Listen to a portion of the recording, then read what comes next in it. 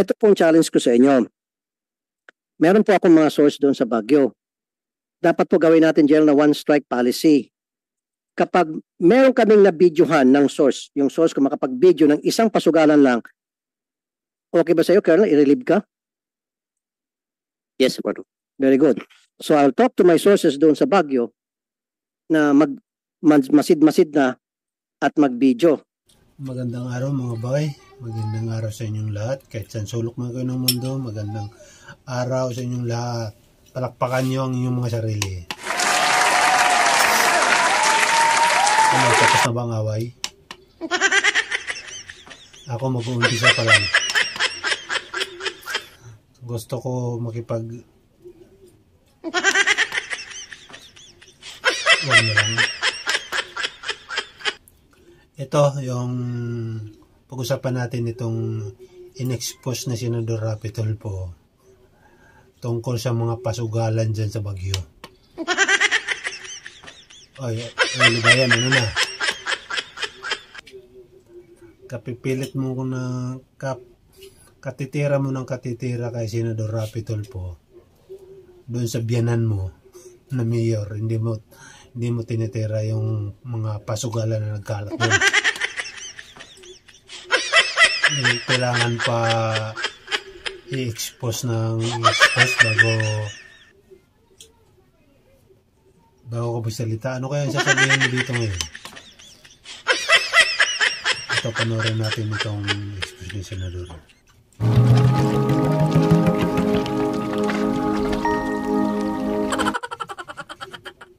Congrats pala kay Milo Yapa. Sa iyo, ikaw pala nag-expose nito.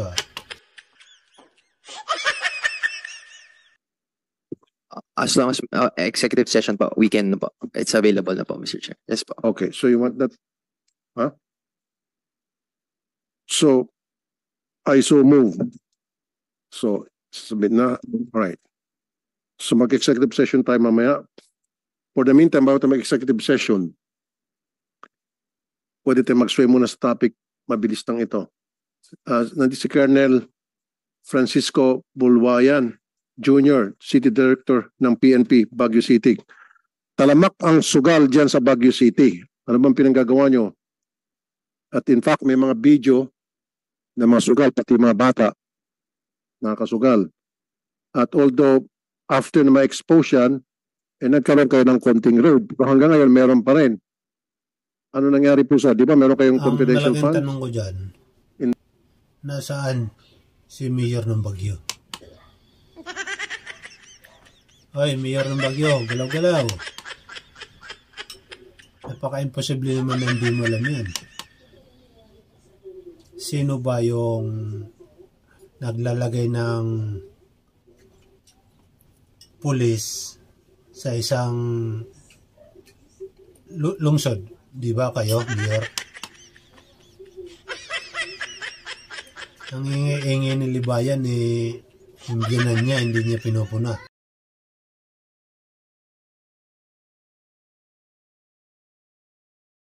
Funds, bakit hindi mapigil-pigil maubos yung illegal gambling niya sa Baguio City? Yes, sir.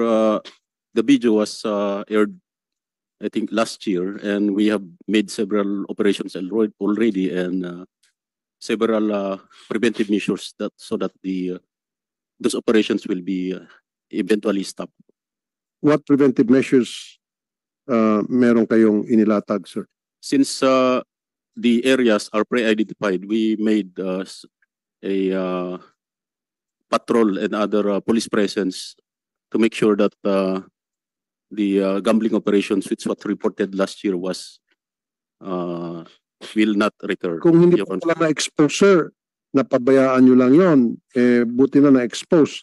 So, hintayin nyo pa ma-expose, samantalang we know for a fact na meron kayong Intel fund. What do you call it? Intelligence fund or confidential fund po? You have confidential funds. How much po yung confidential funds na tanggap nyo? The confidential fund of the city government is 2 million annually, sir. 2 million annually? Yes. So, don't tell me, dun sa 2 million, hindi nyo nakakapa yung mga nagpapasugal dyan sa Baguio na talamak before the raid happened. Kung hindi pa in-expose, kasi paulit-ulit in-expose sa social media, Saka pala kayo umaksyon. Ba't kinakailangan pang ma-expose? So, Yes, several of the part of the fund is utilized for illegal gambling operation, and a bulk is for counterinsurgency, anti-illegal drugs, and anti-criminality. I know that, pero still, sir, maski na nga po yung yung nagtitinda ng mga kakanin doon, alam na alam kung saan yung pasugalan. Don't tell me, mas magaling pa yung mga bata kaysa sa inyo.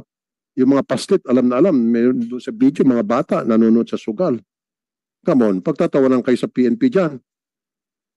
Diba? Alam na ng lahat, pero kayo hindi nyo alam. Pulis kayo.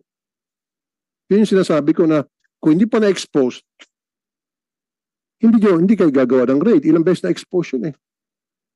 I think In fact, minsan nag-issue pa ng statement si Mayor, sino ba mayor nyo?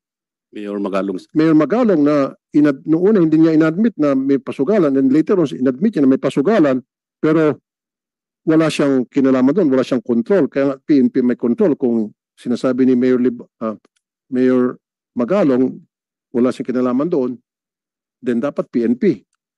yes sir. After that, we have several operations already, and it appears sa SIRAS namin that we have actually several operations against illegal gambling. Yun nga sir, kailangan pang paulit-ulit na expose doon sa video ni Melo Yap na isang vlogger. You know, siguro kailangan si Melo Yap. Yes, Right?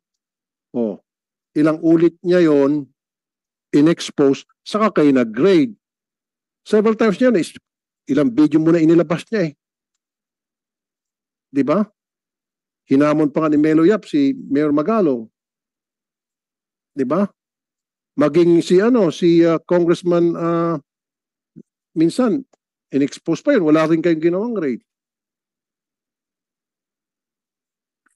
Di ba? Bakit, sir?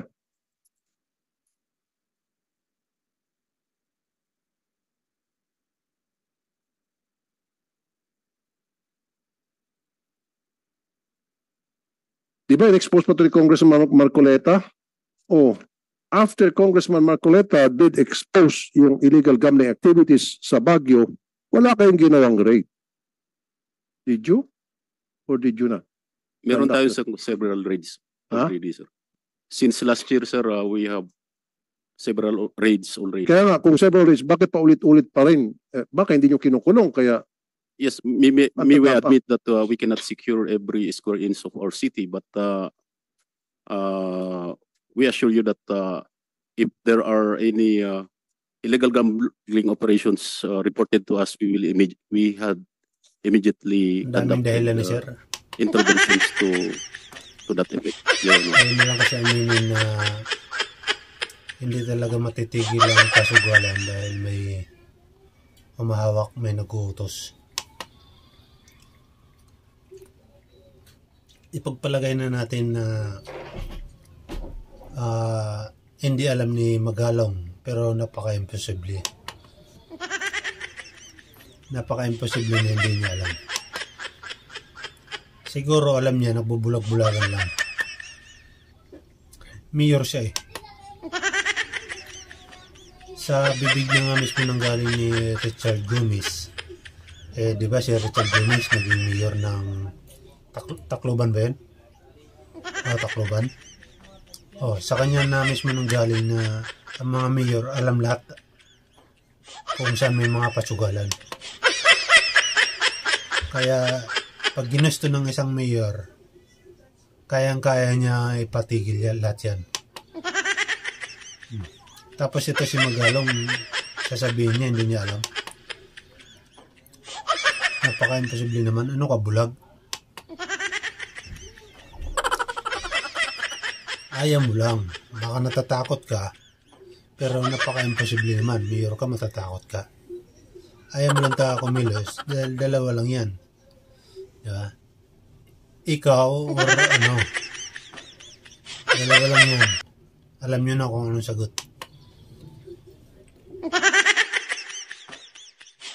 Okay, General David Peredo Jr., Regional Director ng PNP. Okay, magandang hapon po, General. Good afternoon, sir. Ito pong challenge ko sa inyo. Meron po akong mga source doon sa Baguio. Dapat po gawin natin, General, na one strike policy.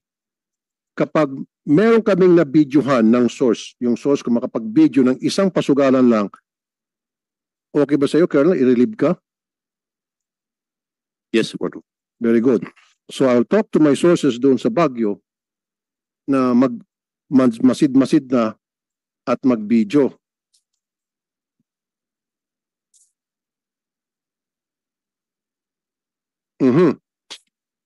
Okay, according to Philippine Star, meron daw mini casino sa tabi ng PNP headquarters sa Baguio. Kaya mga hinuli niyo puro mga small time. Ito sa Philippine Star. Oh, mini casino sa tabi ng PNP headquarters. Nag-operate. Sino itong operator na ito? We will look into that, Your Honor. Oh, sana man na, sabi mo sa amin, Your Honor, nahuli na namin yan. Yes, sir. Yes, sir. Buti pa We'll Philippines. assure you, sir, that we will Teka take muna. action. So, ibig sabihin, mas magaling pa ang reporter ng Philippine Star kaysa sa PNP. At ang nakakatawa nito, sa tabi pa mismo ng PNP headquarters. You will Pero syempre, lilipat na ito ngayon. Of course, nakikinig to yung mga kapatid, lipat na tayo. Nagets mo? Kaya nga ito yung hamon ko, General Pedredo, at sa oras na yung source ko makakuha ng, syempre, ebidensya, video especially, na may pasugalan, one strike policy, i-relieve ka, Colonel. Relieve tayo ng relieve. Diba? Okay sa'yo, General Peredo, sir? Yes, sir. We have a process to do that, sir. Anong process po yun? May one time na pag nahuli yung station commander, sir, i-relieve ng CD. Anong nahuli yung station? Ibig sabihin, kasi sir, yung illegal gambling, hindi naman ganun kalaki ang Baguio, buti sana nationwide yung Philippines. So NCR, hindi naman ganun kalaki, maliit lang yung Baguio. Kasi paulit-ulit ang balita kasi, malaki na po yung natatanggap na tong kung sino man protektor nito, mga protektor. Okay? So ang sa akin lang, kung talagang gustong patigilin, maraming paraan. Kung ayaw, maraming dahilan. So what I'm just saying here, kung talagang i-implement ng PNP to the book para to stop illegal gambling, kaya. Di ba, sir? Yes, sir. But may process nga, sir. Kaya yun ang susundan namin, sir. Kilala naman po ng lahat ng gambling operator, kilala po ng PNP yan. You agree, Colonel? One way or the other, identified nila kasi paano ko collect ang PNP ng tong kung hindi nila kilala kung sino yung mga operator. Based po sa database only the Kaya nga nyo po narinig, kasi legal nyo narinig, operators lang ang kasi alam nyo kung sino mga operator na yun. Kasi paano mo ma-raid yun kung hindi mo alam kung saan sila?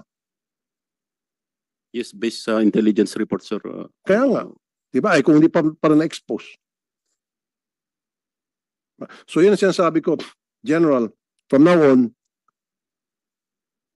sa Baguio, pag nakuha ko na sabi mo na raid, malinis na. So sinasabi mo yan, Colonel Bulwayan Jr., malinis na. Wala na. Walang pasugalan. Pati itong mini casino. Okay. Pag yung source ko, babalik sa akin na may ebidensya na patuloy pa rin, I'll submit it to General Peredo o kung hindi, better off kay Chief PNP para ma-relieve ka. One strike policy. Okay, sir? Yes, Your Honor. Thank you very much. Okay ka doon? Yes, sir. We'll follow the guidance. Okay. Hindi lamang po ito at ako nananawagan sa lahat ng mga tao sa iba't ibang probinsya, syudad na meron kayo nakitang illegal gambling activities, sumbong nyo sa amin para mapatigil natin. Ang concern ko kasi rito, kasama na rin kasi mga bata. Nasa mga color game, makikita mo mga bata tumataya. Diba? Yung mga bata na ito, matututong magnakaw. Matututo silang gumawa ng illegal para lamang makapagtaya. So yung mini casino, tigilan natin to ha, General Peredo, pakisabi kay Colonel. Yes, sir. Okay.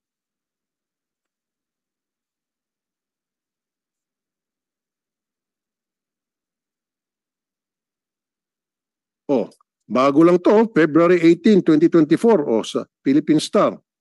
Si Artemio Dumlao, Filipino Star ngayon, February 18, 2024, 12 a.m., madaling araw niya isinumite. Linggo-linggo ang pag-raid ng Baguio Police sa mga maliliit na sugalan. Nitong Miyerkules, 3 maedad na babae ang hinuli dahil sa pagtutong its. Naapektuhan sila, etc. So, patong its.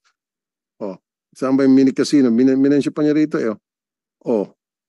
Naglipa na naman ang mini casino sa Central Business District ng Baguio. Di ba? Nakubli po sa malapit sa building ninyo. So, work on it, Colonel, sir. Yes, sir. We have read the article of Mr. Dumlao actually, and we have submitted to him the validation report that we have conducted. So, ibig sabihin, umaksyon kayo doon sa Yes, article sir. niya? Yes, sir. Very good. So kung hindi pa pala si Mr. Dumlao nag-expose, gumawa ng expose, hindi pa aksyonan. Sa tabi pa mismo ng inyong police station, sana ma-gun. Di ba? Buti pa si Mr. Dumlao na taga Maynila, alam niya ang aktibidad sa Baguio.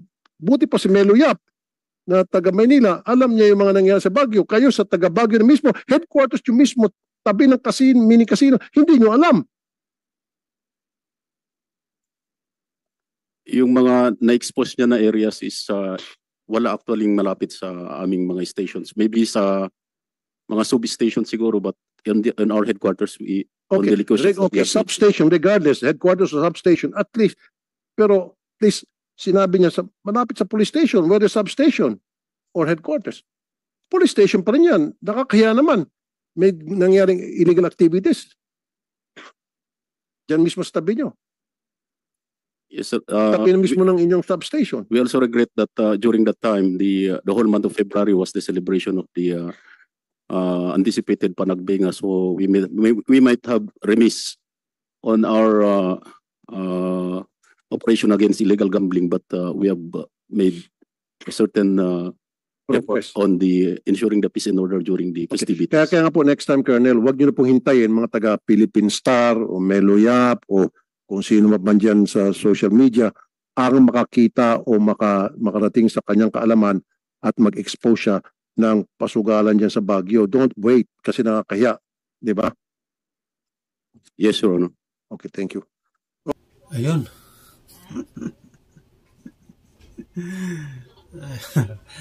Pero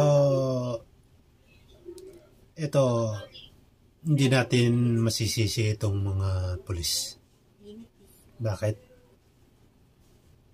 Kasi inuutosan lang sila. Natatakot sila.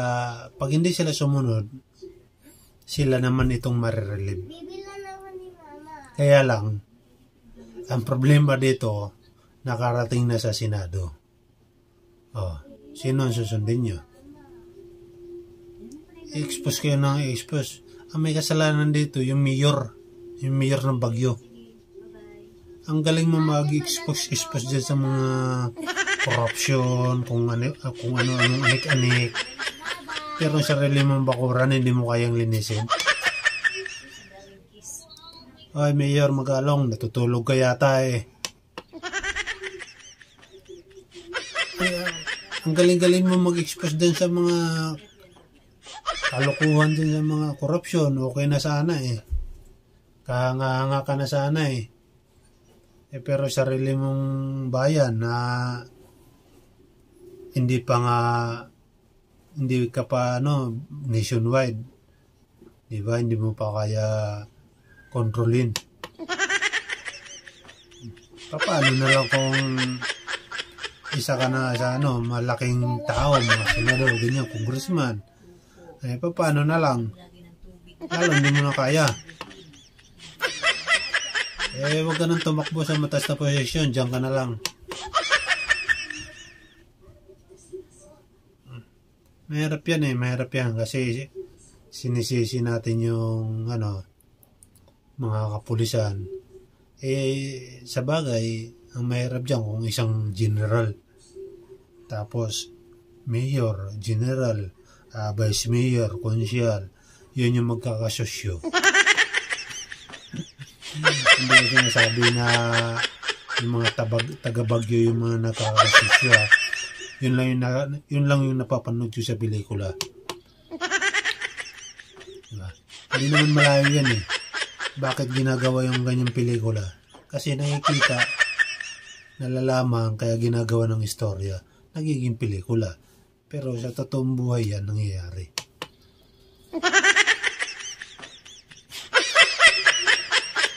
Ngayon, kung ayaw nyo ipatigil, kayo nang tumigil. Magsilayas na kayo dyan sa pisto nyo. Nakakahiya naman, kayo ang tinaguriang namumuno dyan. Tapos, kayo rin na nagtuturo sa mga kabataan na magsugal.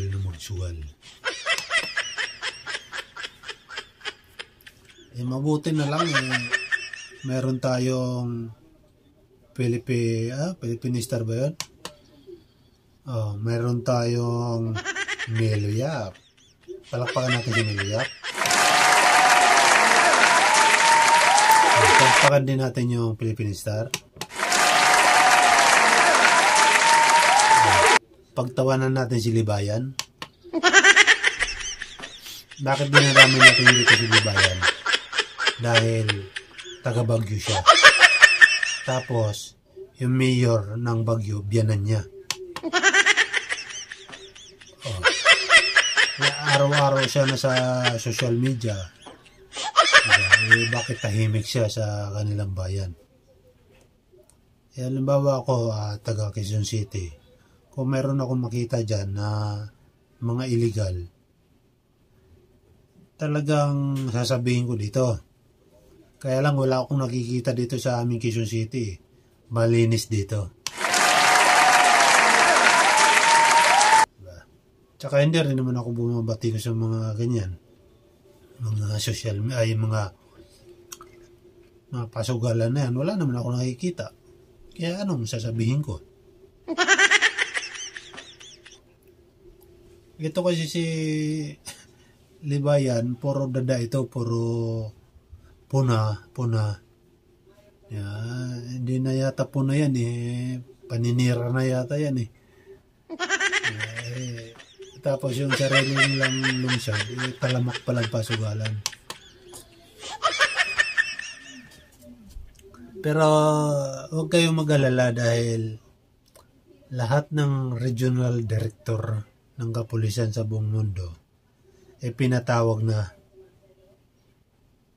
ni Erwin Tulfo. Maghihiring na sila lahat ng RD ng mga kapulisan. Doon magigisa kayo. Magigisa sigurado kayo doon sa Kongreso. Hintayin na lang natin kung kailan ang hearing na yun. Siguro, tapos siguro yung bakasyon.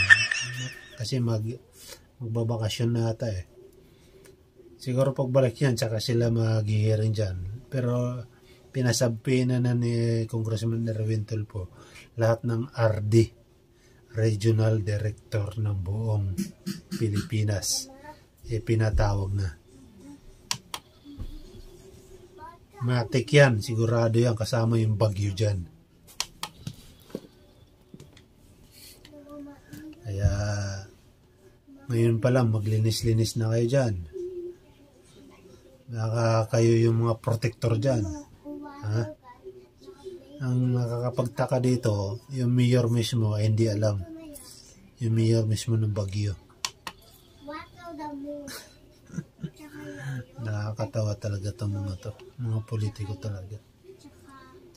Sige, bye-bye na.